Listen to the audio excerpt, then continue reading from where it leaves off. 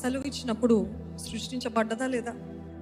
అదే రీతిగా మన జీవితంలో దేవుడు ఒక్క మాట పలికాడంటే మళ్ళీ దానికి రెండో ప్రశ్న లేదండి.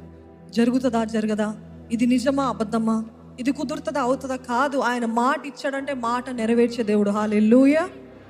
ఆయన మాట సెలవిస్తే నమ్మదగిన దేవుడు. భూమి ఆకాశాలు గతించిన ఆయన మాట మాత్రము గతించిపోదు.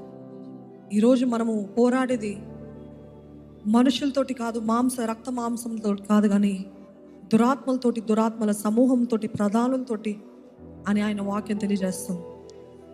అకస్మాత్తుగా అందరూ నా పైన తిరగబడ్డారండి, అది వాళ్ళు కాదు, వారిని వాడుకుంటున్న దురాత్మలు. అకస్మాత్తుగా నాకు ఇవన్నీ జరుగుతున్నాయండి, నేను ఎంత మంచిగా ఉండాలని ప్రయత్నిస్తాను, everything is suddenly shifted in my life. అంత మంచిగా వెళ్తుంది అనుకున్న పరిస్థితులు మొత్తము తారుమారైపోయింది నా జీవితం అనుకుంటున్నారా? మిమ్మల్ని మొదటిగా మీ సమాధానాన్ని పాడ్చడానికి అపవాది ఎంతో ప్రయత్నం